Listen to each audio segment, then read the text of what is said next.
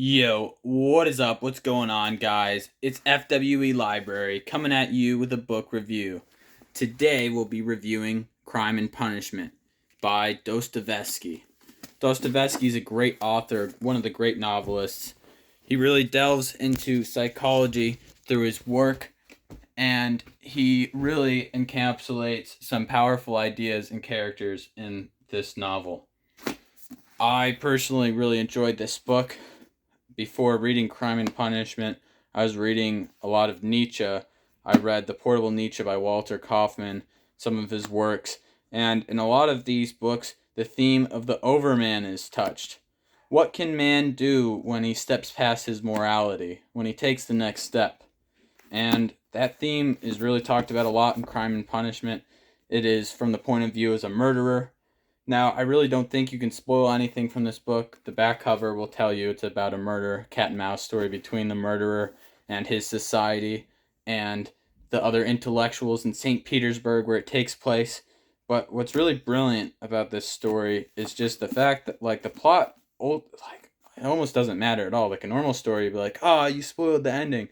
But to me, reading this book, every page was just encapsulating. It was just its language, the cadence of the words, the way the characters just flowed and melded together. It was so crazy. I've never really read a book like this before. It was game-changing for me. So, having read Crime and Punishment, I'm gonna just read Brothers Karamazov, or whatever, however you say this, Brothers K, as soon as I can. It's great.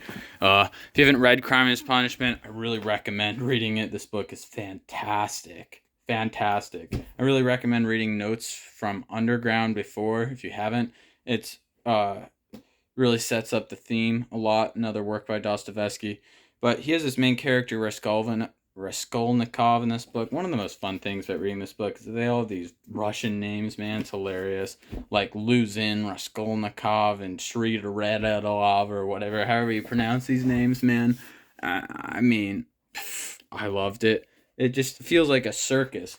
Like this completely insane circus proddling around with these intellectuals.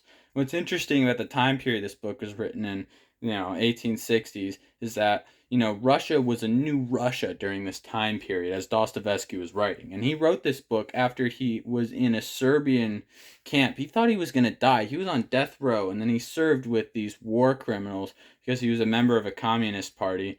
And this dude is just so crazy. He had epilepsy. This insane epilepsy influenced his writings. He would just go into these epilepsy seizures and come out of them and be like, oh, I'm going to make my crazy character even crazier based on my craziness in my life.